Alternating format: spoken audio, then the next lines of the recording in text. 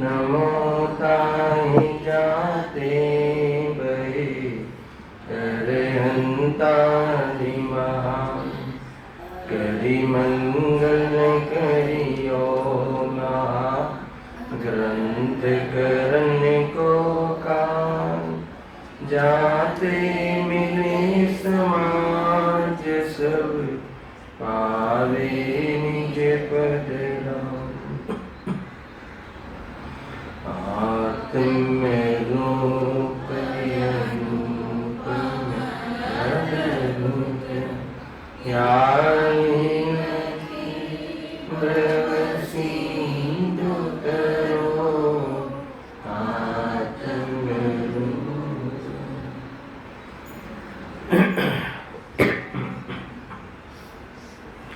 आज श्री मोक्ष मार्ग प्रकाशक ग्रंथ से सातमा अधिकार पर આપણે સ્વાધ્યાય ચાલી રહ્યો છે. નિશ્ચયવાસીનું વિકરણ છે. 208 નંબર પેજ ઉપર આપણે એની કોઈ માન્યતા સંબંધી ખંડન મંડળની ચર્ચા છે. અહીંયા જે નિશ્ચયવાસી વ્યવહાર સાધનનો નિષેધ કરે છે એનો પંડિતજીને અહીંયા વિરોધ છે. એમાં જે વ્યવહાર સાધન સંબંધી જે કથન કરે છે તો સત્ય છે, પણ એ માનીને શું એ કરે છે એની ચર્ચા અહીંયા છે.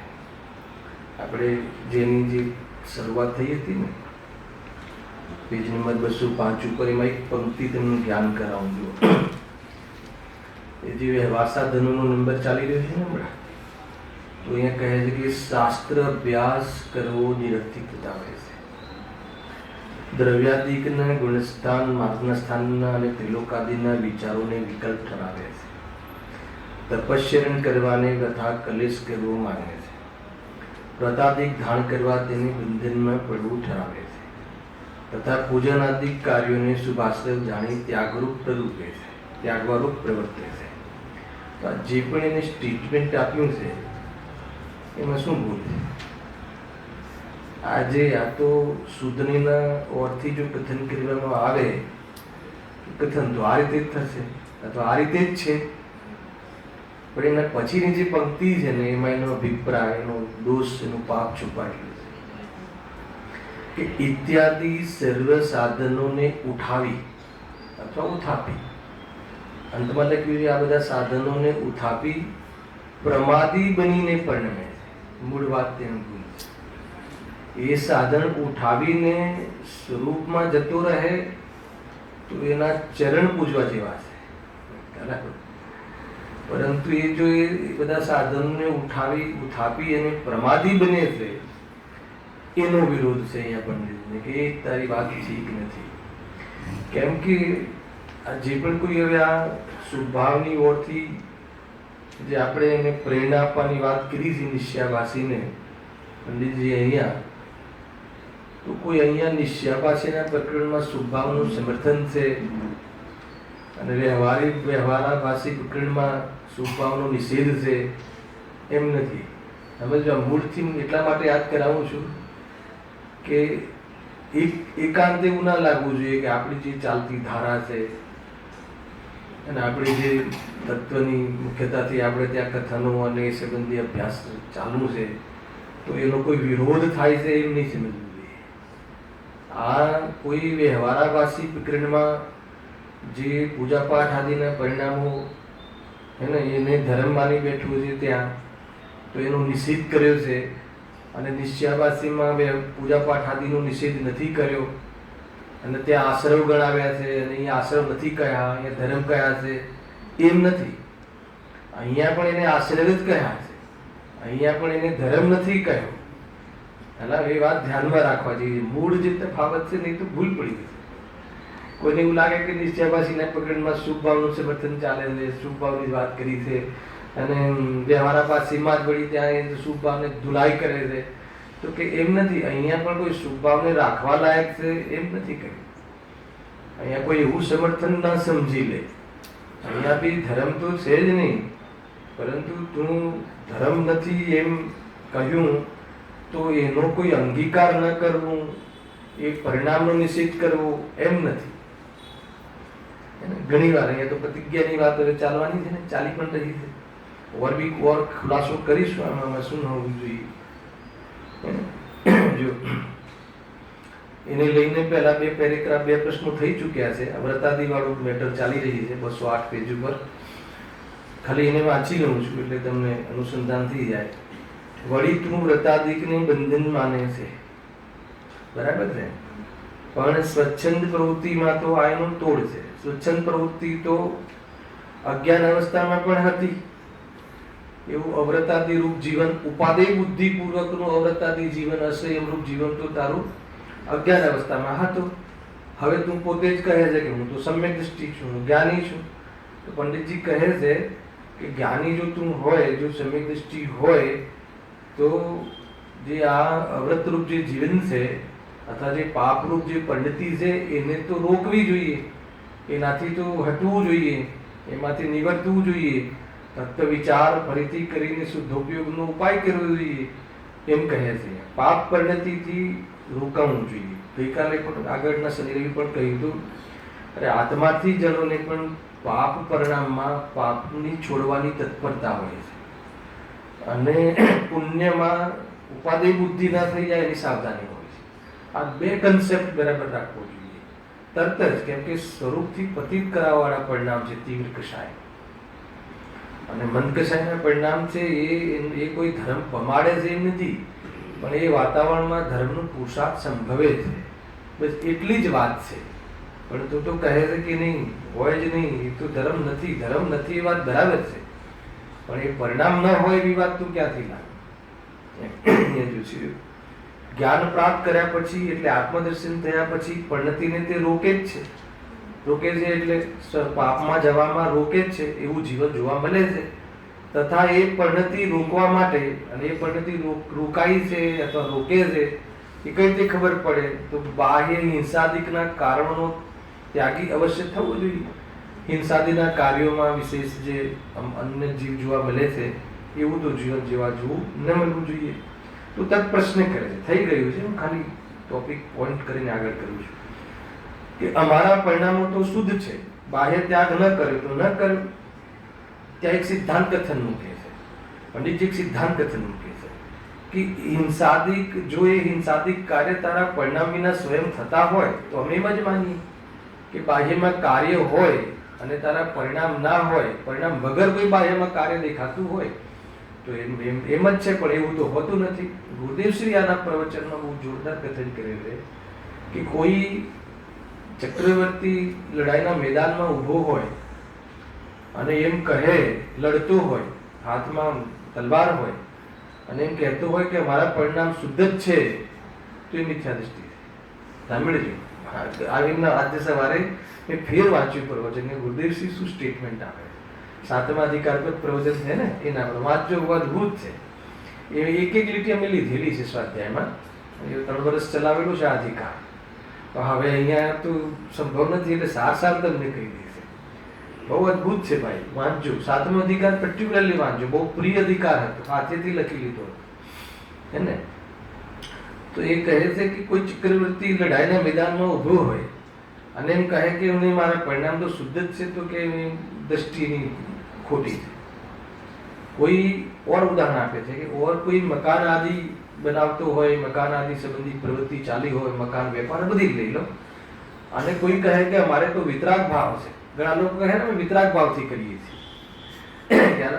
ભાઈ એમની તારી કર્તવ્ય બુદ્ધિ નથી, ન હોય સમ્યક દ્રષ્ટિની વાત બરાબર છે, પણ સમ્યક દ્રષ્ટિને એમ થાય છે કે મારે હજુ આ રાગ ભાવ ચાલી રહ્યો છે, અને આ રાગ ભાવથી બચવા માટે તત્વનો વિચાર ફેર કરવો, અને તત્વનો વિચાર કરી અને મને જે પ્રતીતિ થઈ છે એના બળથી સ્વરૂપમાં સમાઈ જવું જોઈએ એવી જાતિની ભાવના કરે છે. આજે આવ્યું ને, મુનિપદની ભાવના ભાવે છે. જ્ઞાની મુનિપદની ભાવના ભાવે.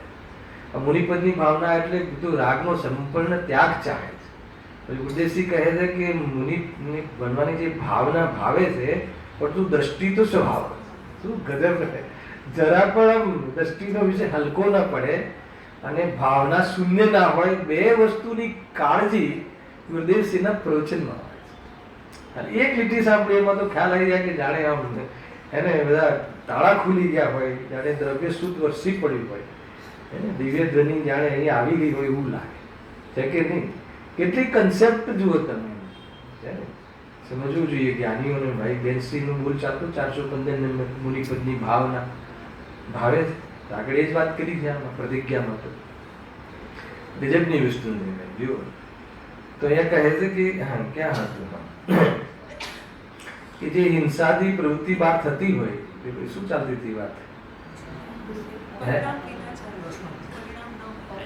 હા પરિણામ ભાવ અંદરમાં હોય ને બાહ્યમાં કાર્ય. હા એ ઉદાહરણ ચાલતું હતું ને કે મકાન આદિ જે બીજું ઉદાહરણ ચાલતું ચક્રવર્તી મકાન આદિ કોઈ સાર સમાર કામ કરાવતું હોય આ કરાવતું હોય અને કે મારે તો વિતરાગ ભાવ ચાલે છે, તું એ કે તું મિથ્યા દૃષ્ટિ. હું મકાન બનાવી શકું છું, સાંભળી દઉં, અને મકાન બનાવવું મારું કર્તવ્ય છે એમ માને એ તો મિથ્યા દૃષ્ટિ છે જ. પણ મકાન બનાવવાના સમયમાં મને રાગ નથી, હું વિતરાગ છું એમ માને એ પણ મિથ્યા દૃષ્ટિ. બે કન્સેપ્ટ ખ્યાલ આવે કે અરે રાગ છે તો રાગ સ્વીકાર કર અને રાગના અભાવ કરવાની ભાવના કર. અગર એ ભાવના ના હોય તો તું જ્ઞાની કેવી રીતે પરિણતિને રોકે છે, પાપોમાંથી કેવી રીતે બચાય, તીવ્ર કષાયમાં કેવી રીતે બચાય, અને એવી જાતિનું જીવનચર્યા જ્ઞાનીઓની હોય છે. સમય દ્રષ્ટિ થઈ ગયા પછી કરશે શું? તો કે આ તે કરે, રોકે રાગને રોકે એટલે કેવી રીતે રોકે? તો એક તો શુભના અવલંબનથી રોકે, પણ અભાવ તો એ વિતરાગતાથી જ થાય છે. બે વસ્તુનો ખ્યાલ રાખે. પણ એકદમ સીધા શુદ્ધમાંથી અશુભમાંથી શુદ્ધમાં નથી જવાનું. એ છે બહુ ચાલે છે નિજરાધિકારમાં રાજકારણ ચાલે છે કે ભાઈ શુભભાવ જે અશુભથી બચવા શુભભાવ કરે છે એ કથન છે. એને ખરેખર એમ છે ખરી પ્રવૃત્તિ કે અશુભથી પહેલા હટશે ને શુભમાં આવશે, પણ એ અશુભનો અભાવ શુભમાં આવવાથી થઈ જાય છે એમ નહીં, એ તો ઉપયોગરૂપ અભાવ થયો છે. પણ પરિણતિમાંથી અભાવ કરવા તો સ્વરૂપમાં લીન થઈને કરશે. આ પૂરો કન્સેપ્ટ બતાવે છે. જે પ્રકારની લેન્થ છે માર્ગની અને જે ક્રમ છે એ ક્રમભંગ ન હોવું જોઈએ એ રીતે છે.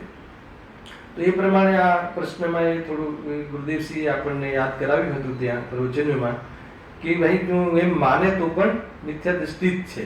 પછી તરત બીજા પ્રશ્ન થઈ ગયો હતો. એમાં શું વિષય આવ્યો હતો કે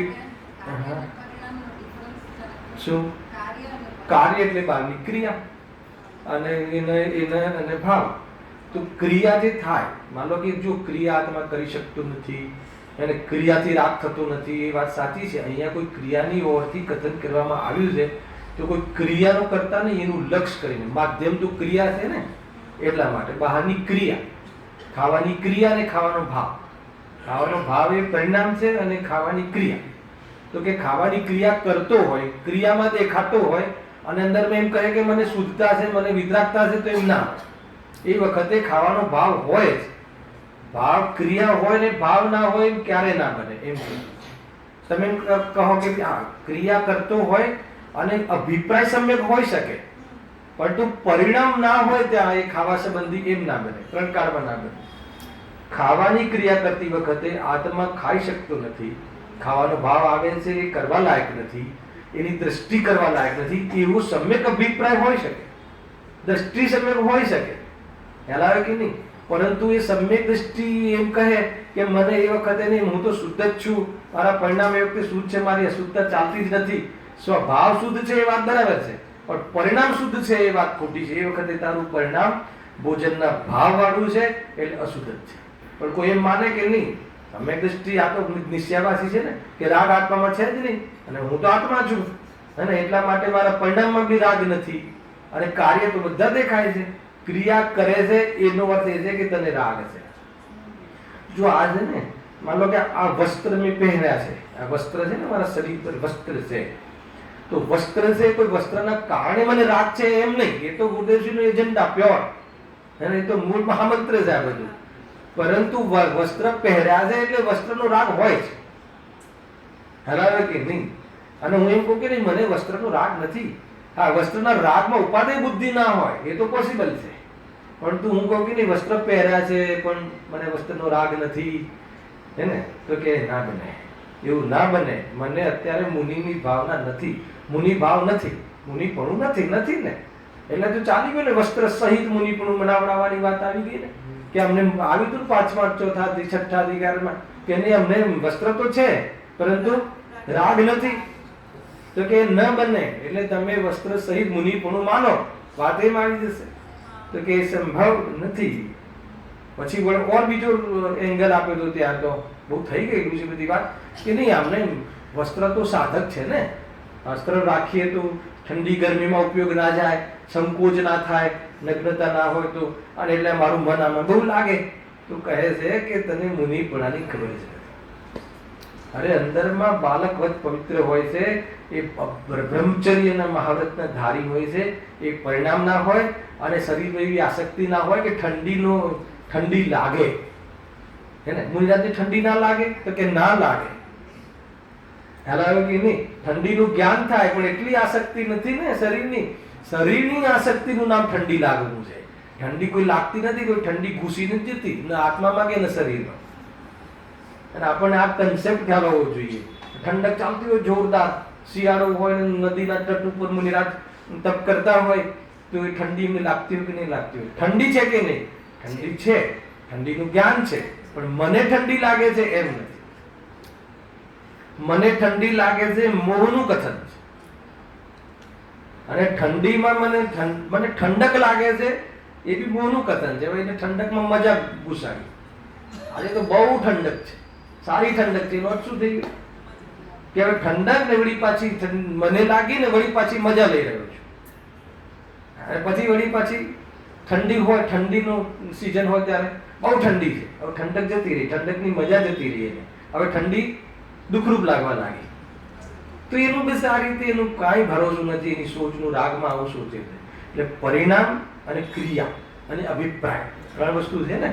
તો જે કાર્ય એ ક્રિયા લેવું, હે ને, અને જ્યારે અહીંયા શબ્દમાં એમ લેવું, કાર્યમાં ક્રિયા લઈ લેવી, અને ભાવમાં પરિણામ લઈ લેવા, અને સંબંધી અભિપ્રાય, માન્યતા એ અભિપ્રાયમાં જશે, એ રીતે. તો હવે એને નેક્સ્ટ પ્રશ્નમાં એમ કહે છે, એ કહે છે કે વાત તો હવે એને સાચી લાગી, હવે વાત ફેરવે છે. શું કહે છે કે ઠીક છે, બાહ્ય ક્રિયા આદિ જે છે, અરે પરિણામોને રોકવા, અને બાહ્ય ક્રિયા આદિ હિંસાદી પણ ઘટાડવા, પણ પ્રતિજ્ઞા ન કરવી, પ્રતિજ્ઞામાં ન બંધાઈ જવું, બંધાઈ નહીં જવું આપણે એમ. ક્યારે આવી હતી ને આ વાત, બહુ ચાલી હતી ચર્ચા, એમ કે નહીં આપણે પ્રતિજ્ઞા ન કરવી. પ્રતિજ્ઞા તો બંધન છે, પ્રતિજ્ઞા બંધન છે. પ્રતિજ્ઞામાં તો રાગ ઘટાડવાની વાત છે, રાગ તોડવાની વાત છે. રાગ તૂટે અને પ્રતિજ્ઞા કરે તો બહુ સરસ છે, અને પ્રતિજ્ઞા કરીને રાગ તોડવાનો ઉદ્યમ કરે તો બી બહુ સરસ છે.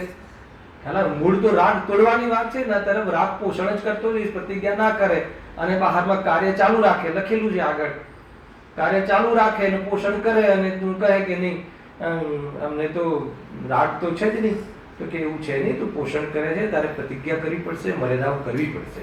વાત એ છે. જુઓ તો અહીંયા લખ્યું ને કે તું પ્રતિજ્ઞા તો લેતો ન, પ્રતિજ્ઞા ન લેવી જોઈએ. પંડિતજી સિદ્ધાંત કથન કહે છે કે જે કાર્ય કરવાની આશા રહે તેની પ્રતિજ્ઞા લેવાતી નથી.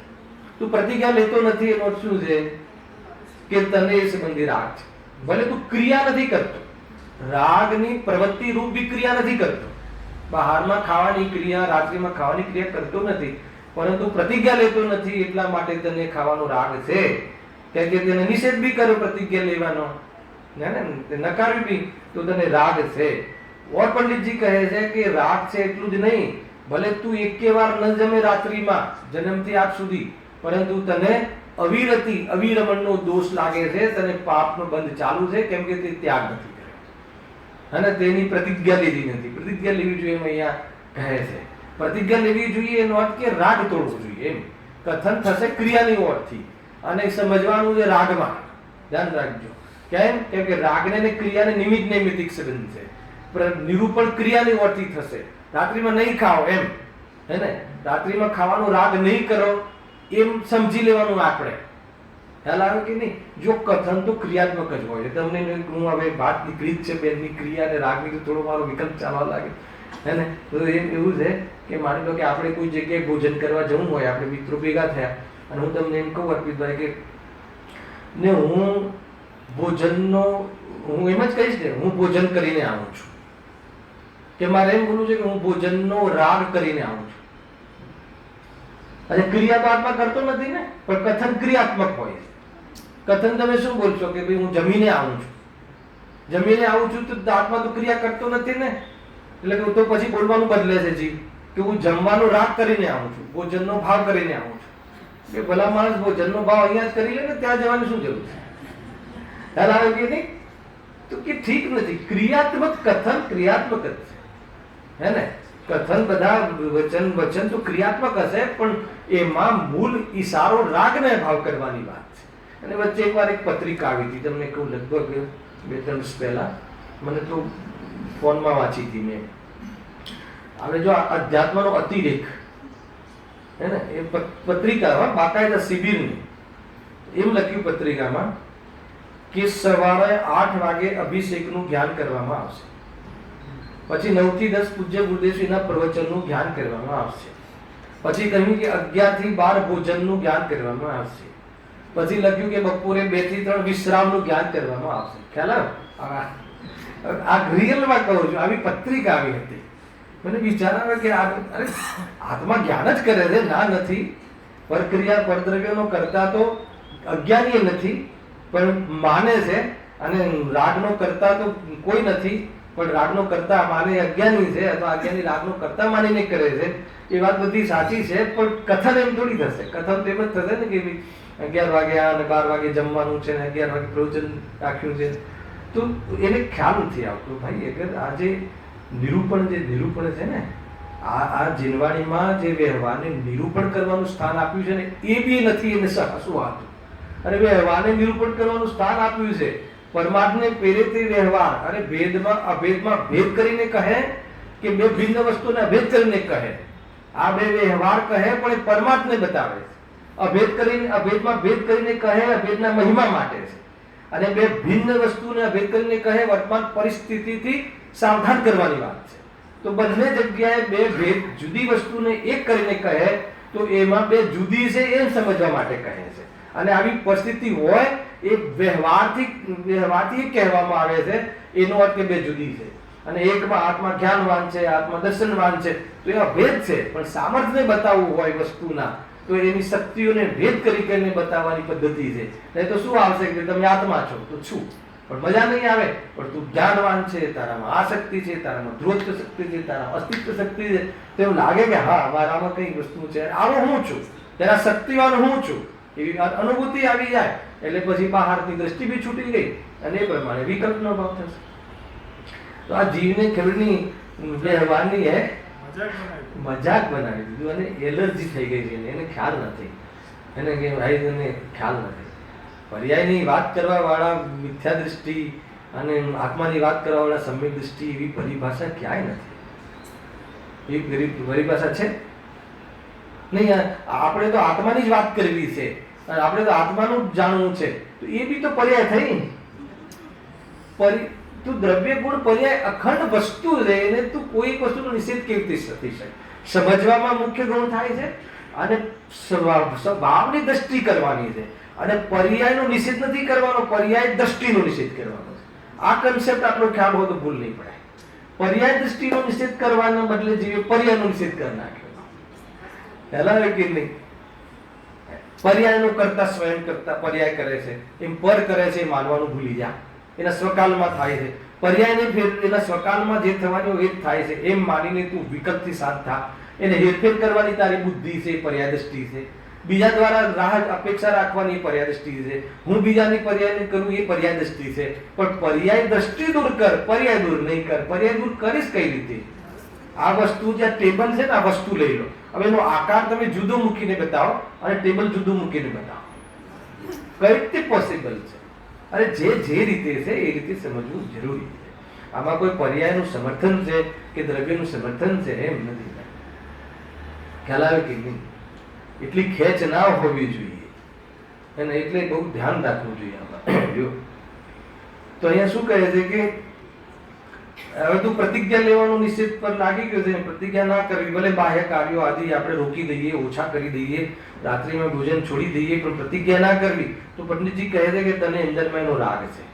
બીજું એમ કહે છે કે તારે આ લખ્યું ને કે અવિરતિનો બંધ ચાલુ રહે છે. આ બે વસ્તુ કહી. ત્રીજું એક ખાસ વાત કરી, વળી કાર્ય કરવાનું બંધ થયા વિના, એક વાર કે ભાઈ એ ઉપર તો લખ્યું ને હિંસાથી કાર્ય થતા તો ભલે થતા, એને રોકવા નહીં. એના જવાબમાં આપે છે કે કાર્ય કરવાનું તું બંધ ન કરે હે ને તો પરિણામ કેવી રીતે રોકાશે? તો અહીંયા નિમિત્ત નૈમિત્તિક સંબંધ. એનો અર્થ એવું નથી કે બહારની ક્રિયાથી પરિણામ થાય છે, પરિણામથી ક્રિયા થાય છે, કે આત્મા કાર્ય કરી શકે છે કે ક્રિયા કરી શકે છે, એમ નહીં. ક્રિયાનું માધ્યમ છે, ક્રિયા સંબંધી લક્ષ છે, અને અંદરમાં રાગ કરે છે. અંદરમાં રાગ તો ક્રિયા કરવાનું તું ચાલુ રાખે ને રોકે નહીં. એનો અર્થ કે તું પરિણામને પોષણ કરવાનું ચાલુ રાખે અને તું કે રાગ મટી જશે, તો કે એમ નહીં બને. આ એટલું અહીંયાની ચર્ચા છે. હવે જો નવો પ્રશ્ન લઈએ, એ બી બહુ અદભુત છે ટૂંકમાં એના પર કન્ક્લુઝન આવી ગયા. એક લાસ્ટ ઓર ત્રીજો બી સિદ્ધાંત કહ્યો હતો કે પ્રયોજન પડતા તદ્રુપ પરિણામ અવશ્ય થઈ જાય. બરાબર છે કે અગર તું પ્રતિજ્ઞા ના લે તો હે ને સંભાવના છે કે તું જોડાઈ જઈશ, અને પ્રતિજ્ઞા હોય તો તને બહારથી બી અનુકૂળતા મળશે અને તારામાં એક વિલ પાવર બી રહેશે કે નહીં મારે નથી લેવા. પણ તું છૂટ રાખીશ તો એમ થશે કે ભાઈ ચલો હવે તું લઈ લઈએ, આજનો દિવસ સંભાળી લઈએ સંબંધો, એમ થઈ જશે. એક એ કહ્યું. અને પ્રયોજન પડ્યા વિના પણ તેની આશા તો રહે છે ને, અંદરમાં રાગ તો જીવંત રાખ્યો છે તે ખ્યાલ. એટલે પ્રતિજ્ઞા કરી, બુદ્ધિપૂર્વક પ્રતિજ્ઞાઓ કરવી જોઈએ, પ્રતિજ્ઞાઓ નહીં કરવી જોઈએ એમ નથી. જો આમાં એક પોઈન્ટ હું તમને કહું, કેટલાક સિદ્ધાંતો જોરદાર હોય છે હે ને કે ગુરુદેવ એમ કહે છે કે તમે એકચ્યુઅલી આ પ્રશ્ન તમારા તરફથી હોવો જોઈએ, આપણે પેટા પ્રશ્ન બનાવીએ કે પ્રતિજ્ઞા તો સમ્યક દ્રષ્ટિની જ હોય છે. તમારે બચવું હોય તો એક આ રસ્તો બતાવો. શું ચંદ્રકાંતજી, ગુરુદેવજી શું કીધું છે? શાનાથી બચવું હોય તો? મુક્તિથી બચવું હોય તો, સંસારથી નહીં. એને આ જે આડોડાઈ છે ને, આ ખોટા કુતર્ક છે ને. ગુરુદેવશ્રી કહ્યું છે, શાસ્ત્રમાં બી કહ્યું છે. શું કહ્યું છે? કે પ્રતિજ્ઞા તો સમ્યક દ્રષ્ટિની જ હોય છે. તો અહીંયા નિશ્ચયાભાસી જે છે ને પોતાને સમ્યક દ્રષ્ટિ જ માને છે ને, તો એને તો કહીએ છીએ અમે પહેલા તો સમજી લો, પ્રકરણની વર્તી જવાબ. કેમ કે આ વાત તારી સાચી છે કે પ્રતિજ્ઞા તો સમ્યક દર્શન પછી જ હોય છે, અને તું તો સમ્યક દર્શન માને છે ને તને, તો પછી તું એ વાતનો વિરોધ કેવી રીતે કરી શકે? પ્રતિજ્ઞા તો હોય જ છે. ખ્યાલ આવ્યો કે નહીં? પ્રતિજ્ઞા જેવું જીવન તો હોય જ છે, અને મુનિની ભાવના હોય છે સમ્યક દ્રષ્ટિને, એટલે એનો અભ્યાસ પણ રાખે છે એ પ્રમાણે પ્રવૃત્તિઓનો. ભલે એટલું નિરતિચાર પાલન ન કરી શકે તો ન કરી શકે, પણ એનો અભ્યાસનો મહિમા હોય છે. ખ્યાલ આવ્યો? તો અહીંયા કહે છે એક એ થઈ ગયું. અચ્છા, બીજું હવે તો મારા તરફથી પ્રશ્ન મૂક્યો હતો ને આપણા સભા તરફથી, તો એમ નથી. શું નથી? કે એમ છે તો એમ જ કે પ્રતિજ્ઞા તો સમ્યક દર્શન પછી જ સાચી હોય છે. સાચી પ્રતિજ્ઞા સમ્યક દર્શન પછી જ હોય છે, પણ પ્રતિજ્ઞા પહેલા નથી હોતી એવું નથી હોતું. શું કીધું? હોય ને? હા, બહુ સરસ. એને બી સતાવશ્યક છે હે ને, પછી એને બી 8 મૂળગુણ છે. બહુ સરસ છે કે નહીં? મતલબ જે કહેવાનો શ્રાવક છે એને પણ એવી પ્રતિજ્ઞાઓ હોય છે ને. અચ્છા, તમે સર્વથા અગર તમે સિદ્ધાંત કથનોને આચરણ ગ્રંથની અંદર તમે લાવીને બીજી વાત કરવા માંગતા હોય આપણે લોકો, તો એમાં એક દોષ શું આવી જશે કે માનો કે એમ તો જેટલું પણ વ્યવહાર હોય છે એ બધું સમ્યક દર્શન પછી હોય છે. જીરો થઈ ગયું ને બધું. જે આપણે જેટલો બી ધાર્મિક વ્યવહાર આપણા જીવનમાં, મારા તમારા જીવનમાં છે, દેવ દર્શન કરવા, પૂજા પાઠ કરવા, સ્વાધ્યાય કરવું, જેટલા નાના નાના નિયમો, એ બધું જે પણ કહે છે એ બધું શું છે? હે ને? ધર્મ છે, આશ્રય છે, અથવા વ્યવહાર છે. હે ને? વ્યવહાર છે કે નહીં? તો આ જે વ્યવહાર છે એ વ્યવહાર ક્યારે હોય? નિશ્ચય હોય તો જ હોય ને. એનો અર્થ એવું કહ્યું કે એનો નિષેધ કરવાનો, કાલથી મંદિર નહીં આવવાનું, કાલથી સ્વાધ્યાય નહીં કરવાનું. અહીંયા આપણે જેટલી બી આપણા જે મુમુક્ષુ સમાજમાં જે શિબિરોમાં જે ભીડ થાય છે, અને શિબિરોમાં જે આ બધા સ્વાધ્યાયના પ્રોગ્રામમાં જે પડાપડી થાય છે, તો એ બધું જે થાય છે એ બધું શું છે? એ બધું સ્વાધ્યાયની અંદરમાં જે ભાવના છે, અને એ સંબંધી પૂજા પાઠ આમ જે આપણે ત્યાં ડિસિપ્લિનથી થાય છે, જે શુદ્ધતાથી થાય છે એવું ક્યાંય જોવા નહીં મળે. અને જે ટાઈમિંગની ડિસિપ્લિન છે, જે સ્વચ્છતાની ડિસિપ્લિન છે, જે શુદ્ધતાની ડિસિપ્લિન છે, એ બધું આપણે ત્યાં ખરેખર વખણાય છે, એનું નામ નથી, બરાબર છે. પણ આ બધું શું છે કહો પહેલા? વ્યવહાર. અને ગુરુદેવ શું કહે છે કે નિશ્ચય હોય તો જ વ્યવહાર. એટલે આપણે શું કરવું જોઈએ આજથી શું કરવું જોઈએ? નિયમ તો પછી ત્યાં બી તો લગાવો. એટલે આ બધું વ્યવહાર ન કરવું જોઈએ. અરે એવું નથી, પૂર્વચર વ્યવહાર, આ બધો પૂર્વચર વ્યવહાર હોય છે, પરંતુ એ સાચો અથવા વ્યવહાર ધર્મ નામ ત્યારે પામે છે કે એના માધ્યમથી જે તારે એચીવ કરવાનું હતું એ કરી લીધું, ત્યારે એને સાધન નામ પામશે. એટલું જ છે. તો આપણે તો શું કર્યું? સાધનો છોડી દીધા કે નહીં, વ્યવહાર છે, આમ છે, તેમ છે.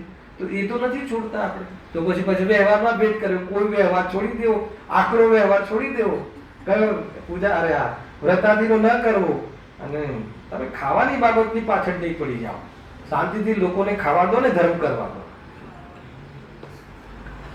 અરે કહે છે કે એમ નથી, આસક્તિથી તોડવાની વાત છે, ખાવાનો નિષેધ નથી.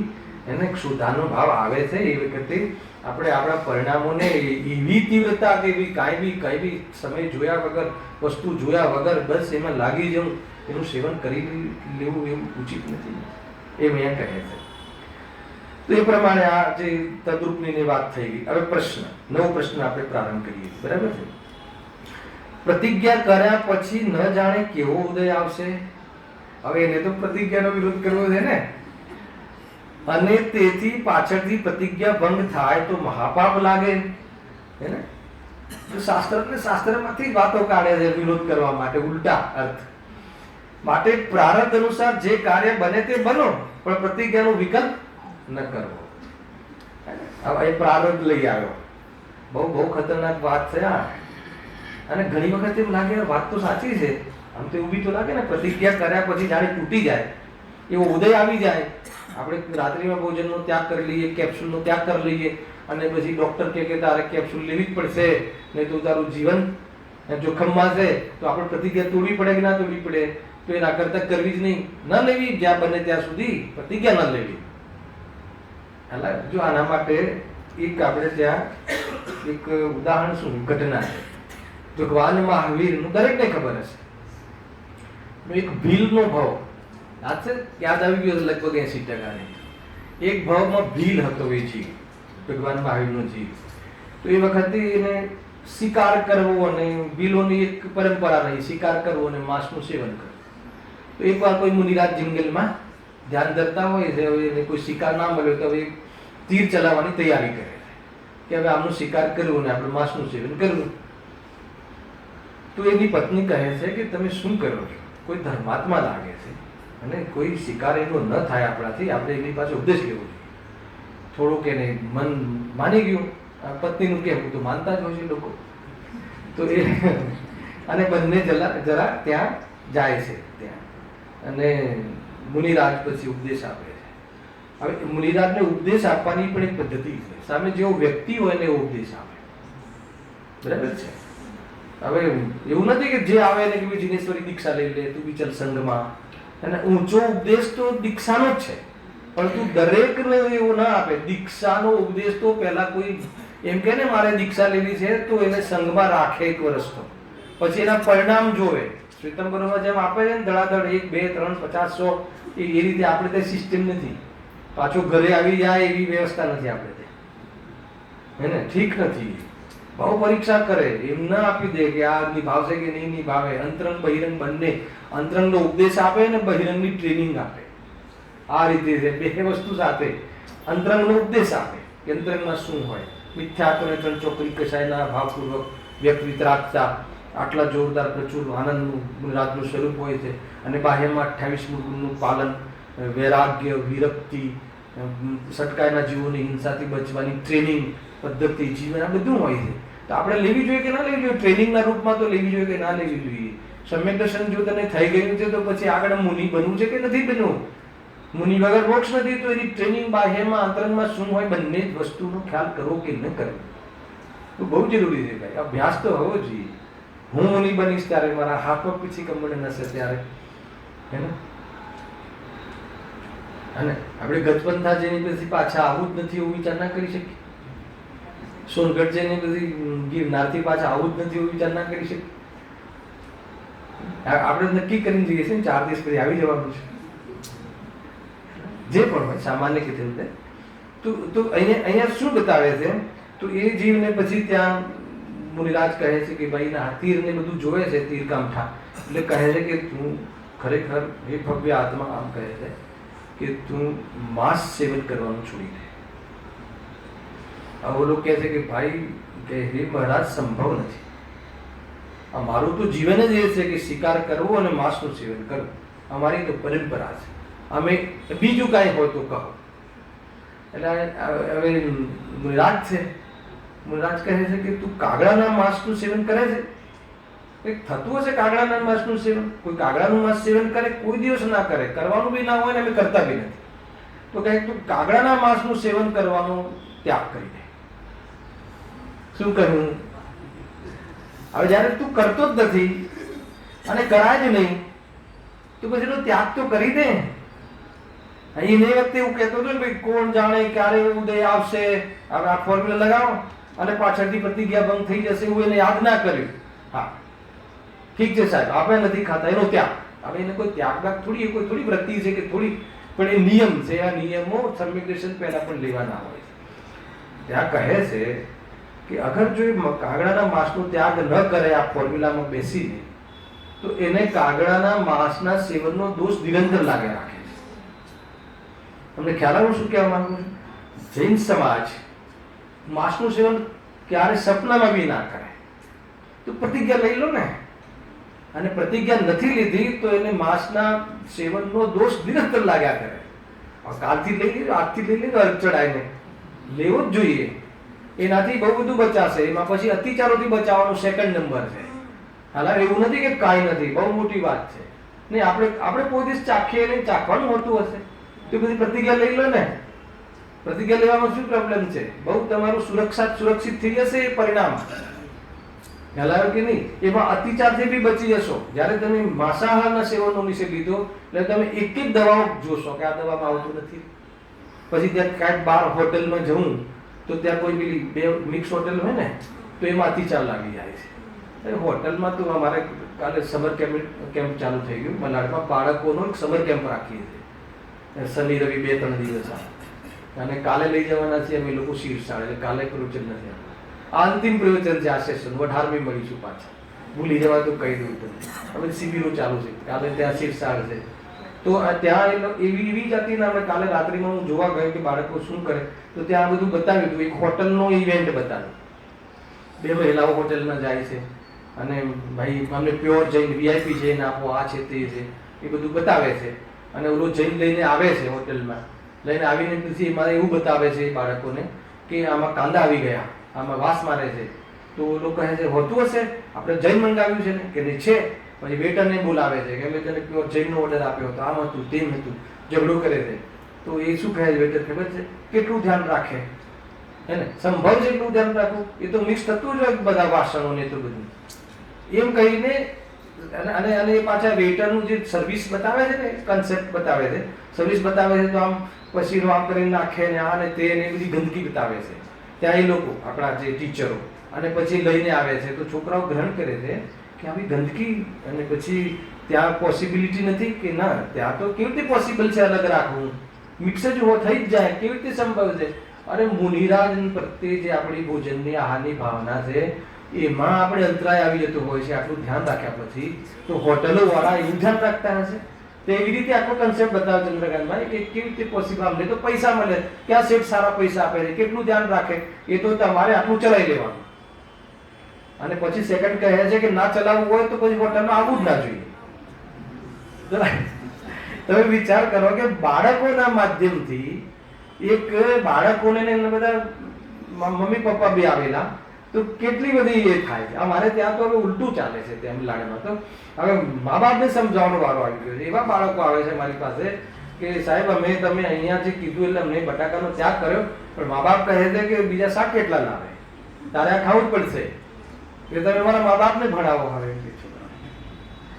ભાઈ બહુ છે ને આ પંચમ કાલ છે, પરિણામો બહુ હીન છે. તમે એમ નહીં સમજતા કે આત્મા દેખાઈ જશે. વાણીનો વિષય અને માત્ર ઉઘાડું જ્ઞાનનો વિષય બનાવી દેવાથી આત્મહિત નહીં થાય. જીવન પવિત્ર હોવું જોઈએ, એની લગની હોવી જોઈએ, અને જીવો પ્રત્યે કરુણા ભાવ ના હોય કેવી રીતે સંભવ છે કે તને ભગવાન આત્મા દેખાય? કરુણા ભાવથી કોઈ આત્મા પામી જવાશે એમ નથી કહેવું, કરુણા ભાવથી કોઈ સમ્યક દર્શન થઈ જશે એમ નથી કહેવું, પણ એવી પાત્રતા વાળાને જરૂર થશે. અને કરુણા હશે તો થઈ જશે એમ બી નથી કહેવું, પણ જેને થશે એને હૃદયમાં કરુણા હોય છે, ના હોય ત્રણ કાળમાં ના હોય. પેલા કે નહીં તો કેટલીક ચીજો બુદ્ધિપૂર્વક આપણે વિચાર કરીને કરવાની હોય છે.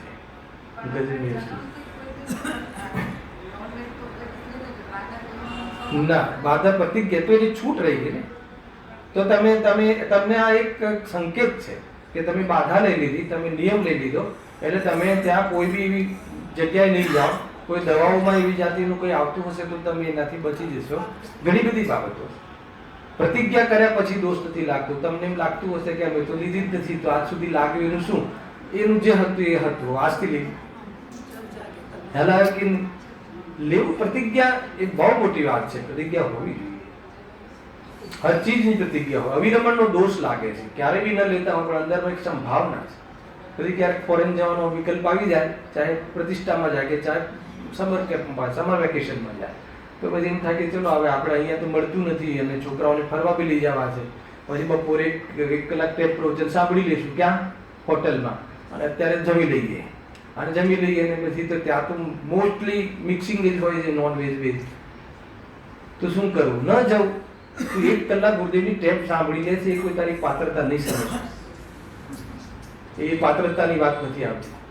દેશના 3જા નંબરની લબ્ધિ છે. પહેલા 2 નંબરની લબ્ધિ ક્ષમ લબ્ધિ ને વિશુદ્ધિ લબ્ધિ છે. એ રીતે ગજબ છે. હવે સાંભળો આ પ્રસંગમાં શું થાય છે. હા સાહેબ કે લઈ લઈશું, અમે તો હવે આજથી કાગડાના માંસનું સેવન નહીં કર. હવે કુદરતે એના જીવનમાં એ અવસર આવે છે. ખ્યાલ છે ને બધી વાર્તા? અરે એવો અસાધ્ય રોગ થઈ જાય છે, એ વખતનો વૈદરાજ એને એમ કહ્યું કે જો તારો આ રોગ મટાડવો હોય તો તારે કાગડાના માંસનું સેવન કરવું પડશે. હવે આ કોઈ એવો ઉદય આવશે હે ને, પણ એ બિલે નક્કી કર્યું કે નહીં, મને કોઈ ધર્માત્મા, કોઈ મહાત્માએ મને પ્રતિજ્ઞા આપી હતી અને મેં મારી સ્વેચ્છાએ પ્રતિજ્ઞા લીધી હતી બલથી. તો ભલે એને જેને જાવું હતો જાય દે જીવનમાંથી, પરંતુ એનું સેવન મારાથી નહીં જ થાય. ફેલાવે કે નહીં. હવે એના પછી આપણે જોઈએ છે કે જીવનો કેવો વિકાસ થયો ને કેવી જાતિનું બહારમાં દેવશાસ્ત્ર ગુરુ સાચો યોગ થયો, અને એના પછી યોગનો કેટલી એને સાચી યુટિલિટી કરી, અને આજના આપણા 24મા તીર્થંકર ભગવાન મહાવીર, ત્યાંથી એ જીવનું પરિવર્તન થાય એ પોઈન્ટ. અને એવું નથી કે કશું નથી એમ નહીં ભાઈ, એમાં સંતુષ્ટ થઈ ગયા. ત્યાં ગુરુદેવશ્રીએ બસ મુખ્ય વાત ત્યાં એ ગુરુદેવશ્રીએ બહુ પ્રહાર કર્યો, અને આપણે લોકો એ પ્રહાર ત્યાં કરવાનો હતો એ ન સમજ્યા, અને આપણે આપણું જીવન ભ્રષ્ટ કરી નાખ્યું. અરે આત્મદર્શન ન જોઈતું ન થાય તો ન થાય, પણ જીવન તો ભ્રષ્ટ ના જ હોવું જોઈએ. પહેલા સૌથી પહેલા આ હોવું જોઈએ. ભલે ન થાય તો ન થાય, ના સ્વકાલ ન થાય ભલે જ્યારે થાય, પરંતુ ભ્રષ્ટ જીવન તો નહીં હોવું જોઈએ. ઘણી બધી વસ્તુ આ ઉદયની વાત ને બધી એક છે કર્મ ઉદય ને એક છે કર્મબદ્ધ. બેનો એવો એવો આધાર લે છે આ નિશ્ચયથી. અને કોઈ એમ કહે કે અમે શું કરીએ, એ તો એ વખતે એવો ભાવ એના ક્રમબદ્ધમાં હતો, એની યોગ્યતા હતી, એ વખતે આવવાની યોગ્યતા હતી.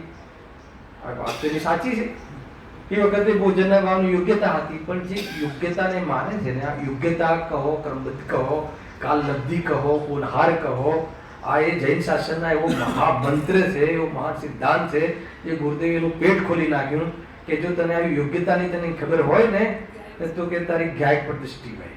અને એને આવી યોગ્યતા પર યોગ્યતાને તો બધી યોગ્યતા હોય ને, યોગ્યતા બધામાં આવે તો પછી તારે બંધની પણ યોગ્યતા છે, તારે નરકની પણ યોગ્યતા છે, તારે એ વેદનાની પણ યોગ્યતા છે, અને ભગવાન બનવાની પણ યોગ્યતા છે. તો યોગ્યતામાં તો બધું યોગ્યતામાં આવી જાય. ખ્યાલ કે અરે જો તું યોગ્યતા છે એમ તને ખબર પડતી હોય તો તને આ ઉપદેશ તારા માટે છે જ નહીં. ખરેખર તો સમ્યક દ્રષ્ટિને પ્રતિજ્ઞા લેવાનો ઉપદેશ છે જ નહીં. સમ્યક દ્રષ્ટિ તો પ્રતિજ્ઞા લે જ છે. સમ્યક દ્રષ્ટિ તો મુનિપદની ભાવના ભાવે છે. જોઈ લો, કમસે કમ 25 બોલના એસોર્ટિંગ કરેલું છે બેનશ્રીના બોલમાંથી, જ્ઞાનીઓના બોલમાંથી.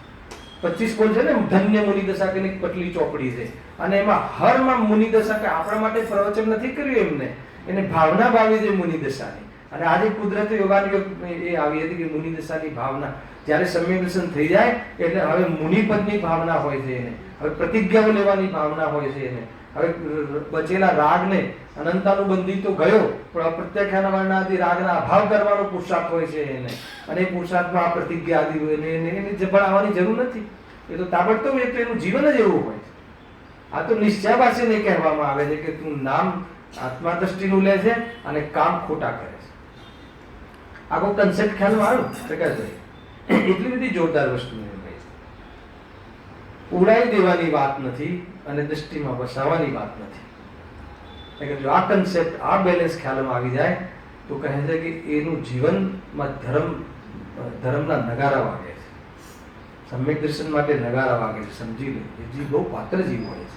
હિતરૂપ માન્યા વગર, હા, હિતરૂપ માન્યા વગર તો કેવી રીતે?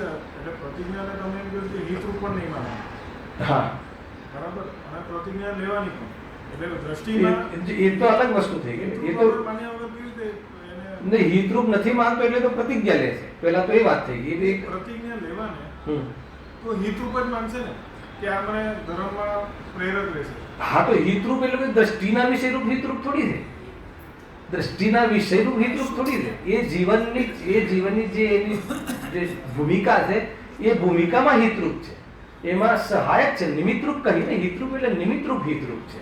કાંઈ એ કોઈ એનાથી કોઈ થઈ જશે એમ નથી. હિતરૂપ જો આ ભાષા છે ને, હિતરૂપ છે. હવે માનો કે ગુડેલસિંહ કે 4 કલાક સ્વાધ્યાય કરવું જોઈએ ને પછી એ જ કહે કે એ 4 કહે ને એ તો બધું પંડિતાઈ છે. તો એ બે વસ્તુમાં સમજવી જોઈએ ને, એ વસ્તુમાં ડિફરન્ટ કેમ પાડ્યો? કોઈ એમાં ઉપાધ્યાય માની લે તો ભૂલ છે, અને સ્વાધ્યાય નહીં કરે તો આની ખબર ક્યાંથી પડશે? અગર એના જીવનમાં સ્વાધ્યાય જ નહીં હોય, હિતરૂપ આ પ્રતિજ્ઞા લેવું હિતરૂપ માનશે જ નહીં. પણ હિતરૂપ માનવાનો અર્થ શું છે? કે હિતરૂપ માનવાનો અર્થ એ નથી કે દ્રષ્ટિનો વિષય છે, એ વ્યવહાર તરીકે હિતરૂપ છે. એવા વ્યવહારો જ્ઞાનીના જીવનમાં હોય, એનું નામ હિતરૂપ છે. દ્રષ્ટિ હિતરૂપ શબ્દ કોઈ ખાલી દ્રષ્ટિના વિષય માટે લાગુ પડતો હોય એમ નથી. ખ્યાલ આવે? એ પ્રેરક તરીકે હિતરૂપ માની શકે ને? હા, પ્રેરણા રૂપે શું કરવા રૂપે હિતરૂપ છે, અંગીકાર કરવા રૂપે હિતરૂપ છે. કેમ કે અને એ નિમિત્ત રૂપ તો સહાયક જ છે ને. આ જેટલો બી વ્યવહાર છે સિદ્ધાંત કથનમાં એને શું કહે છે? આશ્રવ તત્વ છે, બરાબર છે. અને ઓર શું કરશે કે એની દ્રષ્ટિ કરે એ મિથ્યા દ્રષ્ટિ છે. અને ઓર શું કહે છે કે એ નિશ્ચયની સાથે હોવાના કારણે, નિશ્ચયમાં સહચારી હોવાના કારણે એ વ્યવહાર નામનો ધર્મ કહેવામાં આવશે. તો ત્રણેય વસ્તુ કહી છે. જ્યારે સિદ્ધાંતનું જ્યારે દ્રષ્ટિના વિષયની વાત આવશે ત્યારે બંને એક છે. આગળ પ્રશ્ન જ આ બધા બહુ બધા પ્રશ્નો છે. તમને જે પ્રશ્ન ઉઠે છે બધા પ્રશ્નો આગળ કહે છે કે એ તો બધું એક, પુણ્ય પાપ બધા એક સમાન છે, હે ને? તો પછી એક સમાન કહે તો અલગ અલગ કેમ કરો છો? એકને તમે એક અહીં અંગીકાર કરવાનું કહો છો, એકને છોડવાનું કહો, એમ કેમ કહો? એના જવાબો છે. એમ નથી કે એમ જ કહી, એના સૈદ્ધાંતિક જવાબો છે. જ્યારે સિદ્ધાંત કથન આવશે ત્યારે એમ કહેવામાં આવશે, અને એને આચરણ કરવાની વાત આવશે ત્યારે એમ કરવામાં આવશે. હું તમને એમ કહું છું કે પૂજા હિતરૂપ છે કે હિતરૂપ છે? હિતરૂપ માન્યા વગર તેમાં પ્રવર્તશે કેવી રીતે? નહીં, માની લો કે એ પૂજા સિદ્ધાંતનું જ્યારે તમને પ્રવચન ચાલતું હોય, અહીંયા દ્રષ્ટિનું પ્રવચન ચાલતું હોય ત્યારે પૂજાના ભાવને હિતરૂપ કહેશે કે અહિતરૂપ કહેશે? અરે જે જૈન ધર્મ તો એ છે કે પાપને તો પાપ સૌ કહે, પણ પુણ્યને પણ પાપ કહેવામાં આવે છે. તો પુણ્યને પાપ કહેવામાં આવે છે તો કોઈ પાપ જેવું પુણ્ય છે એમ નહીં. કેમ કે બંને મુક્તિના માર્ગમાં નથી. બંને વચ્ચેનું અંતર તો છે, એક સ્વર્ગમાં લઈ જાય છે, એક નરકમાં લઈ જાય છે, પણ બંનેમાંથી એક મોક્ષમાં નથી લઈ જતો. આ બધા જવાબો છે આગળ. પરંતુ એ પૂજાના કાળમાં એને એક સ્કોપ છે કે ત્યાં વેદ જ્ઞાનમાં એનું જ્ઞાન ચડી ગયું, તો એક સ્કોપ છે, એટલા માટે હિતરૂપ કહ્યું છે. એને નિમિત્ત તરીકે હિતરૂપ કહ્યું છે, ઉપાદાન તરીકે હિતરૂપ. તો સિમ્પલ જવાબ છે, અપેક્ષા સમજવાની વાત છે.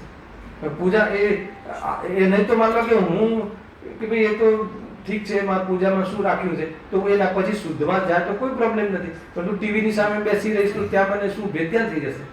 પરંતુ આપણે એવા ગ્રુપમાં બેસી એવા નિમિત્તો પાસે જઈએ, એવા પ્રકારના નિમિત્તોનું લક્ષ્ય કરીએ, સ્વાધ્યાય આદિ, તો ત્યાં ચાન્સ તો છે, ચાન્સ છે ત્યાં, એટલું છે. થઈ જશે એમ નથી. આ એને તક કહેવાય છે, અવસર કહેવાય છે. એને કોઈ ઉપાધિની ઓરથી સ્થાન નથી મળ્યું. નિમિત્તમાં સ્થાન મળ્યું છે, એને ઉપાદાનમાં સ્થાન નથી મળ્યું. પરંતુ નિમિત્તમાં બી તું સ્થાન ના આપે, પ્રકરણ તો એ ચાલે છે કે વ્યવહારને તું વ્યવહાર તરીકે બી ના કહે તો એનું નામ નિશ્ચયાભાસ છે. અને વ્યવહારને તું પરમાત્મા માની લે તો વ્યવહારાભાસ છે. બહુ સિમ્પલ છે, આ થીમ સિમ્પલ છે. પરંતુ આ એટલું બધું વિચારણીય છે કે જેમ બેનને પ્રશ્ન થયો ને, આપણે જન્મથી તો બાધા જ છે. અરે એ તો બાધા છે, પણ તમે માની લો કે હાલ કોઈ મુસ્લિમમાં જશો અહીંયાથી, અથવા આપણો દીકરાને જન્મથી બાધા છે, જન્મથી લેતો નથી, આપણું દીકરી જન્મથી લેતી નથી, પરંતુ એ જ્યારે મુસ્લિમમાં જશે લગ્ન કરીને, જઈ શકે કે ના જઈ શકે? અથવા કોઈ મુસ્લિમ છોકરી આપણે ત્યાં આવશે તો છોકરાના બદલાવાના ચાન્સ છે કે નથી? પરંતુ નિયમ હોય તો એ પહેલા જ કહેશે કે ભાઈ મારે નિયમ છે, તારે આવવું હોય તો એ રીતે આવજે મારા ઘરે. ફરક તો ત્યાં પડે છે. અને એને એનો અર્થ કે એને ખુલ્લું રાખ્યું છે, એનું પરિણામ એનું મન ખુલ્લું રાખ્યું છે. ભલે ક્યારે નહીં લે, બની શકે કે એ જુઓ, એને અગર કોઈ જીવ છોડે છે ને તો કોઈ એવું નથી કે નથી ખાતું માની લો તો કે એને ઘૃણા બી હોઈ શકે, તો એ દ્વેષ બુદ્ધિ બી હોઈ શકે, એના પર ઘૃણા આવે કે આવું ગંદુ આવું ગંદુ આવું ગંદુ. એને હિંસાના બેજ ઉપરથી છોડે છે એવું બી નથી હોતું. કેટલા એંગલ છે આમાં.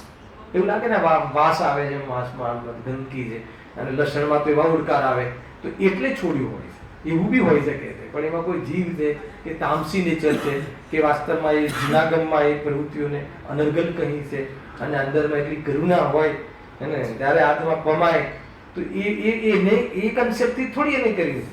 અરે ઝીરો બેક્ટેરિયા વોટર તો આપણા કરતા અમેરિકામાં વધારે મળે છે, પણ એ ઝીરો બેક્ટેરિયા વોટર અને આપણે ત્યાં ડબલ કપડાથી ગળેલું વોટર, એની પાછળ અભિપ્રાય શું છે? અહીંયા અહિંસાનો અભિપ્રાય છે, અને ત્યાં પોતાના માંસના ટુકડાને બચાવવાનો અભિપ્રાય છે. અંતર કેટલું છે ભાઈ? ક્રિયા એક લાગે એટલે કે છોડી દીધું છે. તો તમે જ કીધું ને કે ભાઈ અમે તો જન્મ્યા જ છીએ કુટુંબમાં, તો એટલે છોડ્યું છે, એનો અર્થ એ થઈ ગયો. અમને મળ્યું નથી એટલે છોડ્યું છે. એનો અર્થ કદાચ મારો જન્મ બીજે થયો હોત તો અમને આમાં વાંધો ન તો. એ ભાવ અંદરમાં હોય.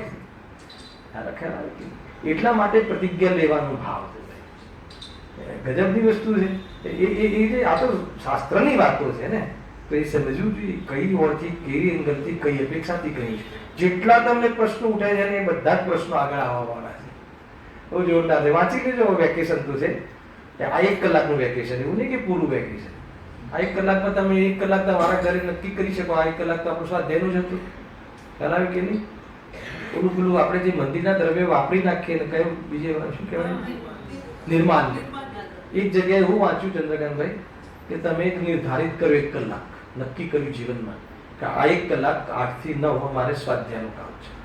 બરાબર છે? હવે એ તમે માનો કે તમે બીજા માટે યુઝ કર્યું તો નિર્માલ્ય થઈ એવું લખ્યું દીધું. ગજબ છે કે તમે નક્કી કર્યું હતું કે તમે આપી દીધું બીજી જગ્યાએ. તો આ બધી પ્રતિક માનો કે તમે સ્વાધ્યાયનો નિયમ નથી લેતા, બરાબર છે? તો પછી એ સ્વાધ્યાય કરવાનો ભાવ તમને કેટલા મહિનામાં કેટલી વાર આવે છે મને જણાવજો. અને તમે સ્વાધ્યાયનો નિયમ લઈ લો કે 1 કલાક તો સ્વાધ્યાય કરવો જોઈએ. તો નિયમના આધાર પર જો એ સ્વાધ્યાય રેગ્યુલર કરશે અને 1 કલાક એ માહોલમાં રહેશે તો બની શકે કે એને એવી વાત ખબર પડે કે એનું હિત થઈ જાય, અને એમાં એ પ્રમાણે કરી લે તો થશે. એ વાત તો મૂળ છે પાછું. એ એવું નથી કે 1 કલાક સ્વાધ્યાય કરી લીધું એટલે બહુ થઈ ગયું, શાંતિ થઈ ગઈ, એમ નહીં. 1 કલાક સ્વાધ્યાયમાં એને પોતાના ઉપયોગને, પોતાની શ્રદ્ધાને એક ચાન્સ આપ્યો, અને ચાન્સ આપીને એ જે શ્રદ્ધાનો ચાન્સ લઈ લે, હવે લઈ લે એ વાત પોતાની છે, એ ઉપાદાનની વાત છે. ના લે તો કાંઈ નહીં, ના લે તો એકાદ વાર સ્વર્ગમાં જઈ આવશે, અને લઈ લે તો મુક્ત થઈ જશે. છે કે નહીં? કન્સેપ્ટ છે આ બધા. એટલે એક વાર તો નિયંત્રણ કરવું પડશે તમારે, નહીં તો આ તો આ પંચ બધા પાપોના ભાવોમાં કાંઈ સહજ થતા હોય છે તો ખુલ્લા છે બધા, જેટલા કરવા હોય એટલા થાય. ન કરે તો કસાયમાં તો એટલી શક્તિ છે કે જે 3 કાળના ભોગના ભાવ હમણાં ભોગવી લો. વાસના તો એટલી છે પણ કસાયની શક્તિ એટલી ડાઉન છે કે કરી શકતું નથી. હે ને? ગુલાબજાંબુ ભાવે એટલા ભાવે કે લોકના બધા સેવન કરી લો, પરંતુ એની શક્તિ જોઈએ ને, શારીરિક શક્તિ, કસાયની શક્તિ. કસાય ઠંડી પડી જાય છે. ભોગવવા માટે કસાય અને જ્ઞાન જોઈએ. ભોગવવા માટે બી, ભોગવો માટે બી કસાય અને જ્ઞાનનું જરૂરી છે, અને ભોગનો અભાવ કરવા માટે બી જ્ઞાન જરૂરી છે. એટલે જ્ઞાન ક્યાં લગાવવું મૂડી ક્યાં લગાવી એ આપણા હાથમાં, મૂડી છે આપણી પાસે. હવે એને તમે જ્યાં લગાવો ત્યાં લગાવો, તમે સ્વતંત્ર છો. ન લગાવો તો ન લગાવો. કેટલી કેટલી જબરદસ્ત વાત છે ભાઈ. હું વાંચીએ છીએ આનો જવાબ. પ્રતિજ્ઞા કર્યા પછી પણ ન જાણે કેવો ઉદય આવશે અને તેથી પાછળથી પ્રતિજ્ઞા બંધ થાય તો મહાપાપ લાગે. માટે પ્રારબ્ધ અનુસાર જે કાર્ય બને તે બનો, પણ પ્રતિજ્ઞાનો વિકલ્પ ન કરવો. ભલે જે ક્રમબદ્ધમાં જે થવું હોય થાય એ પ્રમાણે કાંઈ જોયું જશે, એ વખતે જોયું જશે, પરંતુ પ્રતિજ્ઞા તો ન લેવી. અહીંયા કહે છે પ્રતિજ્ઞા ગ્રહણ કરતા જેનો નિર્વાહ થવો ન જાણે તે પ્રતિજ્ઞા તો ન કરે. હવે આ ફાયદાકારક કથન મળી ગઈ હે ને. એનો અર્થ ગુરુદેવશ્રી કાઢ્યો છે જબરજસ્ત. પહેલા સાંભળો, પ્રતિજ્ઞા ગ્રહણ કરતા જેનો નિર્વાહ થવો ન જાણે તે પ્રતિજ્ઞા તો ન કરે. વાત સાચી છે, જેનો નિર્વાહ થવો ન જાણે તો ગુરુદેવશ્રી એવું લખ્યું કે તું ગૃહસ્થ જીવનમાં મુનિ જેવા તું નિયમો લે, એના માટે આ વાત છે. પણ જેમ ચંદ્રકાંત પહેલી લીટી બહુ સરસ કહી કે ગ્રહસ્થોને પણ કહ્યું છે કે આ પ્રકારની જે સટાવશ્યક રૂપ, ભલે એક આવશ્યક માટે, એટલે સુગાણી જે સટાવશ્યક ને ઉડાવે છે ને એ એક આવશ્યક ને લક્ષ્યમાં રાખીને એમને નથી ઉડાવતા. આવશ્યક એક હોય કે 6 હોય, પણ જેને એક આવશ્યકની ખબર જ નથી એના માટે 6 આવશ્યક 0 છે. એ ત્યાં એક આવશ્યક ભૂલી નહીં જતો એ માટે એ કહ્યું છે કે આવશ્યક એક જ છે, એના માટે આ બધું છે. હે ને, વર રાજા ન આવે તો જેટલા જે બધા જાનૈયાઓ છે ટોળું છે, અને વર રાજા આવી જાય તો એ શું છે? જાન છે. એટલું છે. માન લો કોઈ મોટો શેઠિયો હોય અને એને ત્યાં મતલબ 5000 પબ્લિક આવી જાય હે ને એની દીકરીના લગ્નમાં, પણ વર ચોરીમાં આવે જ નહીં, તો પછી એ સભાને શું કહેવાય? ટોળા એને શું કહેવાય? હલાવે કે નહીં? એવું છે. વર તો હોવો જોઈએ ને, એક આવશ્યક તો હોવું જોઈએ ને, હા તો હોવી જોઈએ ને બંનેની હા વગર એ બધું ફિયાસ્કો છે. એટલે એક આવશ્યક વગર 6 આવશ્યક ફિયાસ્કો છે. સમજમાં આવી? એ રીતે વાત છે, કન્સેપ્ટ એ રીતે છે. જો પ્રતિજ્ઞા ગ્રહણ કરતા જેનો નિર્વાહ થવો ન જાણે તે પ્રતિજ્ઞા તો ન કરે. માન લો કે તમારી તબિયત એવી જ રહે છે તો તમારે એ પ્રમાણે નિયમો હળવા લેવા જોઈએ. એ વખતે નહીં નિયમો નહીં લઉં તો મારે નરક જવું પડશે, આમ તો એ એક હઠવાળી વાત નથી કરી, એ કહ્યું છે. પરંતુ એ ભૂમિકાને યોગ્ય જે લઈ શકાતા હોય, માનો કે એક જ મકાનમાં ઘર હોય, એક જ મકાનમાં દુકાન હોય, તો એ રાત્રિ ભોજનનો ત્યાગ ના કરે, એક વાર કરે નહીં રાત્રિ ભોજન તો બી ત્યાગ. એ જ ઉપરના 5મા માળે ઓફિસ હોય, 3જા માળે ઘર હોય, તો બી નથી કરતા. હવે એનું શું? નહીં તો મુંબઈ વાળાનો તો બહુ મોટો પ્રશ્ન હોય છે કે મારા તો નોકરી ક્યાં કરીએ, ઘર ક્યાં, શું કરવું સાહેબ? ખ્યાલ કે નહીં? ગુરુદેવશ્રી શું જવાબ આપે? હવે ગુરુદેવશ્રી કહે કે એને જૈનોને અથવા આત્માર્થીને એવી નોકરી ના હોય, તું ખાવા માટે નથી જન્મ્યો. હલાવ્યો કે નહીં? આ વસ્તુ બધી છે ભાઈ. જીવવા માટે ખાવું કે ખાવા માટે જીવવું, બહુ બધા પ્રશ્નો છે. ખેર આનો આપણે આ પ્રશ્ન અહીંયા જ આવ્યા હતા, અહીંયાથી જ આપણે 18મી તારીખ શનિવારે આપણે પ્રારંભ કરીશું. સહેજાનંદ